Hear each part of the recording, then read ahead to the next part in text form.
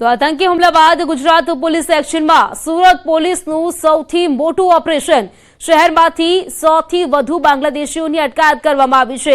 સુરત શહેર ડીસીબી અને એસઓજીની આ કાર્યવાહી જેમાં શહેરના અલગ અલગ વિસ્તારોમાં પોલીસે સર્ચ કર્યું છે।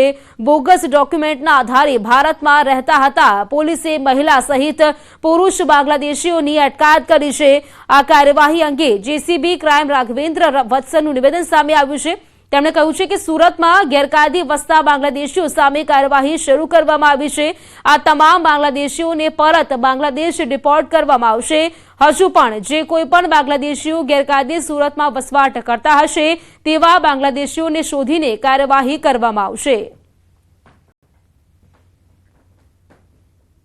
सूरत पुलिस ने एक ऑपरेशन के दरमियान हम लोगों ने कोशिश की है जितने भी इलीगल बांग्लादेशी नेशनल हैं उनको आइडेंटिफाई करके डिपोर्ट करने का प्रोसेस स्टार्ट किया है। जल्द से जल्द इनको डिपोर्ट किया जाएगा। 100 के ऊपर लोग डिटेन किए गए हैं, पूछताछ चालू है और इनकी आइडेंटिटी वेरीफाई करके तुरंत डिपोर्ट करने की कार्यवाही की जाएगी।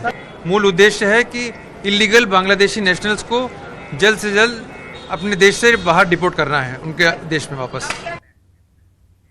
दक्षिण गुजरातना घणा भागों वातावरण में पलटो आव्यो छे। वहेली सवारे डांगना सापुतारा में कमोसमी वरसाद थयो। वहेली सवारे सापुतारा में झरमर वरसाद थयो हतो।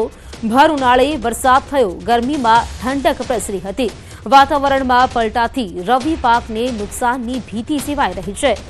तो दक्षिण गुजरातना घणा भागों में वातावरण में पलटो जोवा मळ्यो हतो। तेनी साथे सापुतारामां पण कमोसमी वरसाद जोवा मळ्या हता। वरसादी छांटा पड्या हता जेना कारणे लोकोने भारे गरमीमांथी राहत मळी हती। जो कि बीजी तरफ जे रवी पाक छे तेने पण नुकसानी जई शके छे तेवी भीति अत्यारे खेडूतो सेवी रह्या छे। तो कमोसमी वरसादनी आगाही करवामां आवी हती। तेनी वच्चे राज्यभરના अनेक जिल्लाओमां कमोसमी वरसाद थयो हतो। तेमां पण दक्षिण गुजरातना घणा भागो छे ज्यां वरसाद थयो छे। वातावरणमां पलटो આવ્યો હતો।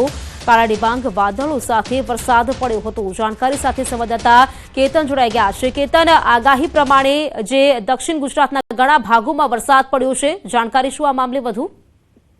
ચોક્કસથી વાત કરું તો દક્ષિણ ગુજરાતની અંદર ગુજરાત સરકારના હવામાન ખાતાએ તેમજ હવામાન નિષ્ણાંત અંબાલાલ પટેલે પણ જાહેરાત કરી હતી ને આગાહી કરી હતી કે દક્ષિણ ગુજરાતની અંદર વાદળછાયું વાતાવરણ સાથે દરિયાઈ માર્ગેથી પવન ફૂંકાશે અને કમોસમી વરસાદ આવતા થવાની પણ શક્યતા રહી। જે અંતર્ગત ડાંગ જિલ્લાના સાપુતારા ખાતે મોડી રાત્રે પવન સાથે અને વહેલી સવારે જે ઝરમર વરસાદ વરસતા ખેડૂતોમાં એક નિરાશાજનક માહોલ જોવા મળ્યો છે। તો રવિ પાક અને કેરી જેવા ખેતીને મોટા પાયે નુકસાન થવાની ભીતિ છે। તો સાપુતારા એકમાત્ર ગુજરાતનું ગીરી મથક અને મિની કાશ્મીર કહેવાતું જ્યાં વરસાદ વરસતા વાતાવરણમાં ઠંડક પડશે જેથી વાતાવરણ પર અલગ બનવા પામ્યું છે। તો બીજી તરફ ખેડૂતોમાં ચિંતાનો માહોલ જોવા મળી રહ્યો છે। જી બિલકુલ કેતન, આભાર આપનું जानकारी આપવા માટે।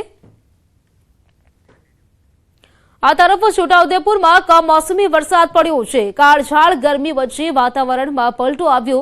વરસાદથી રસ્તાઓ ભીંજાયા। કેરીના પાકને નુકસાનની ભીતિ સેવાઈ રહી છે।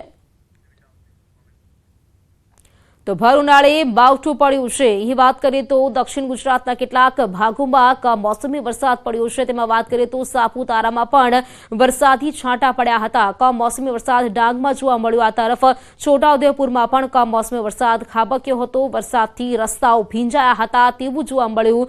આ તરફ વાત કરીએ નવસારીમાં પણ કમોસમી વરસાદ પડ્યો હતો અને વલસાડમાં પણ કમોસમી વરસાદ ખાબકતા જે ખેડૂતો છે તેમના રવિ પાકને નુકસાન જવાની ભીતિ તેઓ સેવી રહ્યા છે।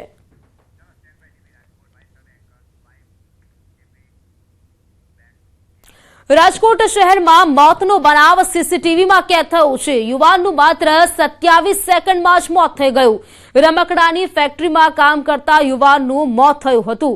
ગોંડલ ચોકડી પાસે રમકડાના કારખાનામાં આ બનાવ બન્યો હતો। 24 એપ્રિલના રાત્રિના 10 વાગ્યા આસપાસ યુવાનનું મોત થયું હતું। યુવાનને સિવિલ હોસ્પિટલમાં ખસેડવામાં આવ્યો હતો જ્યાં ડોક્ટરે તેને મૃત જાહેર કર્યો હતો। તો રાજકોટનો આ વિડીયો છે। રમકડાના કારખાનામાં કામ કરતા યુવકનું મોત થયું છે। ફક્ત 27 સેકન્ડમાં જ આ યુવક મોતને ભેટ્યો, જેના સીસીટીવી ફૂટેજ પણ સામે આવ્યા છે। મોતનો બનાવ સીસીટીવીમાં કેદ થયો છે ને ત્યારબાદ વાત કરીએ તો આ યુવક જે ઢળી પડ્યો હતો તેને સારવાર માટે દવાખાને ખસેડવામાં આવ્યો, જ્યાં ફરજ પરના તબીબે તેને મૃત જાહેર કર્યો હતો। જાણકારી સાથે સંવાદદાતા હાર્દિક જોડાઈ ગયા છે। હાર્દિક, આ યુવાનનું મોત થયું છે, જાણકારી શું આ મામલે? યુવાન છે તેમનું ગઈ 24 તારીખના રોજ છે તે પ્લાસ્ટિકના કારખાનામાં કામગીરી કરતો હતો, તે દરમિયાન મૃત્યુ થયું છે। અત્યારે જે ડોક્ટરના પ્રાથમિક રિપોર્ટ જે સામે આવ્યો છે, પોસ્ટમોર્ટમ રિપોર્ટ, એમાં મૃત્યુનું કારણ છે તે હાર્ટ એટેકના કારણે થયું હોવાનું સામે આવ્યું છે। ખાસ કરીને જે સીસીટીવી ફૂટેજ છે તેમાં સ્પષ્ટ રીતે જોઈ શકાય છે કે જે રાત્રિના 10 વાગ્યાનો સમય હતો ને એ સમયે યુવાન છે તે પ્લાસ્ટિકના કારખાનામાં કામ કરતો હતો। એ સમયે અચાનક ઢળી પડ્યો હતો। માત્ર 27 સેકન્ડનો ઘટનામાં જે છે તેમનો જીવ છે તે નીકળી ગયો હતો।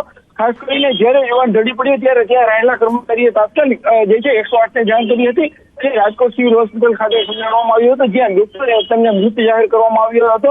મૃત્યુનું સાચું કારણ જાણવા માટે જે છે પોલીસ દ્વારા તેમને પોસ્ટમોર્ટમ પણ કરવામાં આવ્યું હતું। પોસ્ટમોર્ટમમાં જે છે યુવાનનું મૃત્યુ છે તે હાર્ટ એટેકના કારણે થયું હોવાનું સામે આવ્યું છે। બિલકુલ હાર્દિક, આભાર આપનું જાણકારી આપવા માટે।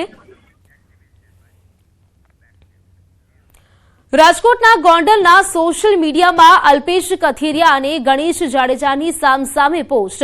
27 એપ્રિલે અલ્પેશ કથિરિયા ગોંડલ આવી રહ્યા છે અને તેમણે સ્વાગતની કરો તૈયારીની પોસ્ટ મૂકી છે, તો સામે ભગવત ભૂમિ ગોંડલને બદનામ કરનાર તેમજ જાતિવાદી માનસિકતા ધરાવતા લોકોનું સ્વાગત કરવા માટે ગોંડલની 18 વરણની જનતા તૈયાર હોવાની ગણેશ જાડેજાની પોસ્ટ છે। બંનેના સમર્થકોએ પણ સામસામે પોસ્ટ કરી છે। તો કથિરિયા અને જાડેજાની સામસામે પોસ્ટ છે તે અત્યારે સોશિયલ મીડિયા પર વાયરલ થઈ રહી છે। સોશિયલ મીડિયામાં આ પોસ્ટ વાયરલ થઈ રહી છે, જેમાં અલ્પેશ કથિરિયા ગોંડલ કરો સ્વાગતની તૈયારી તેવી જે પોસ્ટ મૂકવામાં આવી છે। સામે જે ગણેશ જાડેજા છે તેમણે પણ જે પોસ્ટ કરી છે, સાથે તેમણે જે જણાવ્યું છે કે ભગવત ભૂમિ ગોંડલને બદનામ કરનાર જાતિવાદી માનસિકતા ધરાવતા લોકોનું સ્વાગત કરવા અમે પણ તૈયાર છે તેવી પોસ્ટ કરી છે। બોટાદ શહેરમાં વિજ્ઞાન જાથા ટીમ દ્વારા પોલીસને સાથે રાખી દાણા જોઈ દોરા ધાગા કરતા ભુવાનો પર્દાફાશ કર્યો છે। મેલડીમાંના ભુવા તરીકે દાણા જોવાનું કામ કરતા દિનેશ ભુવા નામના વ્યક્તિનો પર્દાફાશ કરવામાં આવ્યો। દિનેશભાઈ દ્વારા લોકોની અંધશ્રદ્ધામાં ધકેલી માતાજીનો પ્રકોપ અને માતાજીના ડરની વાત કરી રૂપિયા પડાવવામાં આવે છે। દિનેશભાઈએ છૂટાછેડા કરવાના નામે 7,25,000ની માંગણી કરી। જયેશભાઈ ડાભી નામક વ્યક્તિ દ્વારા આ ભુવા પર આરોપ લગાવવામાં આવ્યો છે। જયેશભાઈના જણાવ્યા અનુસાર તેમના નાના ભાઈ અને નાના ભાઈની પત્ની વચ્ચે અણબનાવ રહેતા તેઓએ છૂટાછેડા લેવાનું નક્કી કર્યું, પરંતુ સામે જયેશભાઈના વેવાઈ આ ભુવા દ્વારા ફેલાવેલ અંધશ્રદ્ધામાં ડૂબાયેલ હતા, તેથી તેમણે છૂટાછેડા માટે આ ભુવાનો સંપર્ક કર્યો। બંને પરિવાર આ ભુવા પાસે ગયો અને અંતે ઢોંગી ભુવાએ છૂટાછેડા માટે જયેશભાઈ પાસે 51 લાખની માંગણી કરી। અંતે 7,25,000માં છૂટાછેડા નક્કી થયા, જેથી જયેશભાઈએ વિજ્ઞાન જાથાનો સંપર્ક કરી આ પાખંડી ભુવાના જુઠ્ઠાણાનો પર્દાફાશ કર્યો।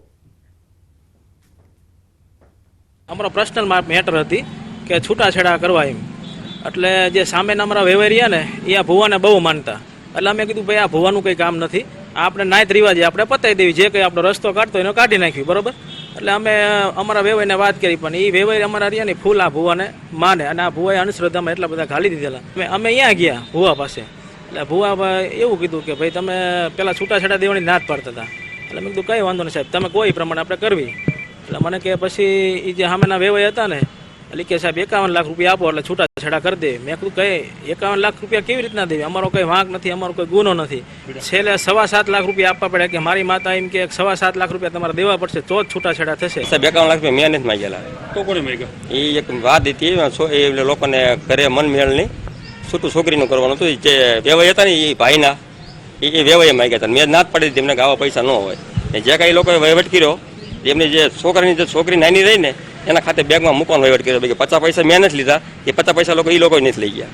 અગાઉ આવા કોઈ લોકો પાસેથી રૂપિયા લીધા? કોઈ નહીં, 50 પૈસા કોઈ નથી લીધા લાગી સુધીમાં। ટાઉન પોલીસ સ્ટેશનની મદદથી આ પર્દાફાશ કર્યો છે અને આ